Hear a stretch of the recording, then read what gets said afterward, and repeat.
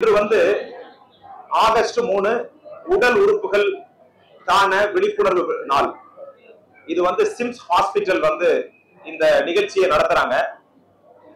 இந்த விழிப்புணர்வு நிகழ்ச்சி எதுக்காக சொன்னா, உடல் உறுப்புகளை ஒருவர் உயிரோடு இருக்கும் பொழுதோ அல்லது இறந்த பிறகோ உறுப்புகளை தானம் செய்ய வேண்டும் என்ற ஒரு நோக்கம்தான் இந்த விழிப்புணர்வு விழாவினுடைய நோக்கம். இதுல ஒருவர் வந்து பிரெயின் டெத் சொல்லுவாங்க, மூளைச்சாவு. அந்த மூளைச்சாவு அடைந்த சமயத்தில் அந்த உடல் உறுப்புகளை தானம் செய்வதற்கு உறவினர்கள் ஒப்புதல் வேண்டும். அது ஒன்று இறந்தவுடனே பல உறுப்புகளை தானம் செய்ய முடியும். இது வந்து ரொம்ப முக்கியம். ஏன்னா வந்து உடல் உறுப்புகள் பாதிக்கப்பட்டு மாற்று உடல் உறுப்புகள் இல்லாத காரணத்தினால் பல மக்கள் உயிரிழந்து கொண்டிருக்கின்றார்கள். விழிப்புணர்வு முகாம் சிம்ஸ் ஹாஸ்பிட்டல் நடத்துகின்றது. அதுல வந்து பாத்தீங்கன்னா இப்ப கத்தார் முதல் ஈரோடு மாவட்டம், இப்ப திருவள்ளூர் மாவட்டம், கும்மிடிப்பூண்டி, இப்படி பல்வேறு பகுதியில் இருந்து இந்த உறுப்புகளை தானம் செய்த குடும்பத்தினர்கள் இங்க வந்து அவர்கள் வந்து ஒரு விழிப்புணர்வை ஏற்படுத்தினார்கள். நாங்க வந்து எங்களுடைய குடும்ப உறுப்பினர்களுடைய உறுப்புகளை தானம் செய்திருக்கோம், மற்றவர்களும் முன்வர வேண்டும். இதன் மூலமாக இறந்தவர்கள் இன்னொருவரின் மூலமாக உயிர் வாழ முடியும் என்ற ஒரு நிலையை உருவாக்க முடியும் அப்படின்னு சொல்லி அவங்க நமக்கு உணர்த்தி இருக்காங்க. எனவே நம்ம வந்து எல்லாருமே வந்து உடல் உறுப்புகளை தானம் செய்ய முன்வர வேண்டும். அது வந்து மண்ணோடு மண்ணாக அழுகி போவதோ அல்லது தீக்கு இரையாகி போகின்ற அந்த உறுப்புகளை தானம் செய்கின்ற பொழுது மற்றவர்களுக்கு பயன்படுகின்றது. எனவே அனைவரும் உடல் உறுப்புகளை தானம் செய்ய முன்வர வேண்டும்.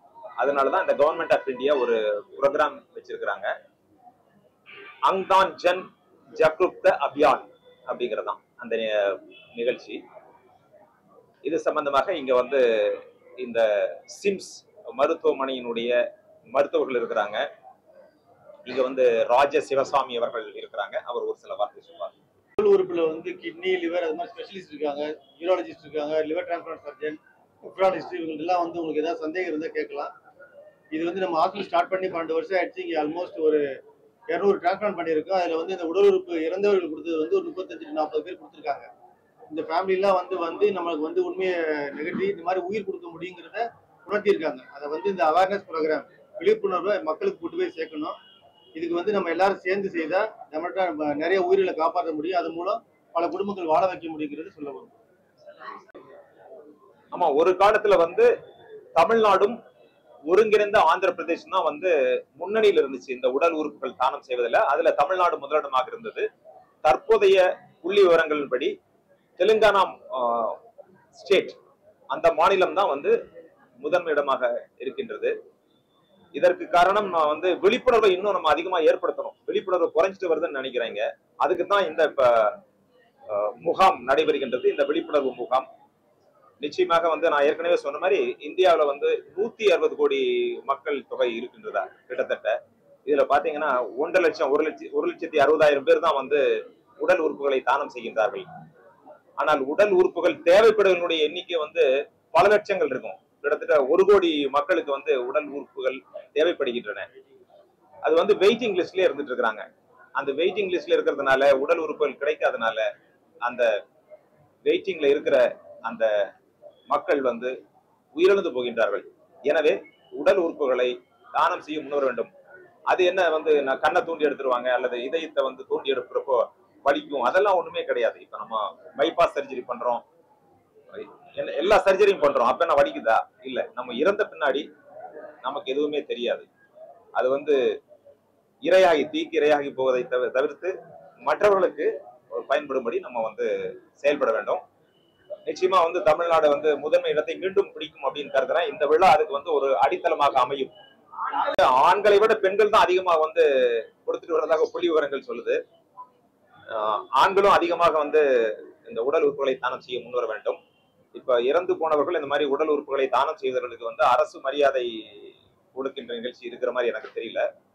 இங்க பேசுகின்ற ஒரு பெண்மணி சொன்னாங்க, நாங்க வந்து எங்களுடைய குடும்ப உறுப்பினர் வந்து உடல் உறுப்புகளை தானம் செய்தார்கள், ஆனால் தானம் செய்த பின்பு எங்களை வந்து யாருமே கண்டுக்கல அப்படின்னு சொல்றாங்க. அதனால இது சம்பந்தமாக வந்து நிச்சயமாக சிம்ஸ் ஹாஸ்பிட்டல் மற்றும் நாங்கள் எல்லாம் வந்து ஒரு அரசுக்கு நம்ம ஒரு கோரிக்கையை முன்வைக்கலாம். இது மாதிரி இந்த உடல் உறுப்புகளை தானம் செய்பவர்களுக்கு ஏதாவது ஒரு வகையில் உதவி செய்ய வேண்டும். ஒன்று நிதி உதவியோ அல்லது அவங்களுக்கு வந்து ஒரு அங்கீகாரம் வேணும்னு நினைக்கிறாங்க.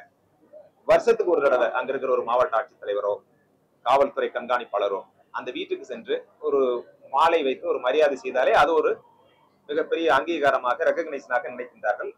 அது வந்து ஒரு விழிப்புணர்வை கொடுக்கும். நிச்சயமாக இதுல வந்து என்ஜிஓஸ் இது மாதிரி தனியார் மருத்துவமனைகளை விட அரசும் சேர்ந்து இதில் நடத்தினால் நிச்சயமாக ஒரு விழிப்புணர்வு ஏற்படும். மக்களுடைய உயிரை காக்க முடியும். வந்து அடிஷனல் கமிஷனர் ஆஃப் போலீஸ் டிராபிக்கா இருந்தப்போ ஒரு மருத்துவமனையிலிருந்து இன்னொரு மருத்துவமனைக்கு கொண்டு போறதுக்கு வந்து நான் எங்கிட்ட சொன்னாங்க. அப்போ வந்து கிரீன் காரிடார் அப்படின்னு சொல்லி ஏற்பாடு பண்ணி கொடுத்தோம். எந்த விதமான இடைஞ்சல் இல்லாம போக்குவரத்துல போகணுங்கிறது. அந்த கோல்டன் அவர் அப்படிங்கிறது இம்பார்ட்டன்ட். அது வந்து 1 ஹவர்ல இருந்து மேக்சிமம், அதாவது ஒவ்வொரு உறுப்புகளுக்கும் ஒரு மாதிரி இருக்கு. மினிமம் 1 ஹவர் போதும்.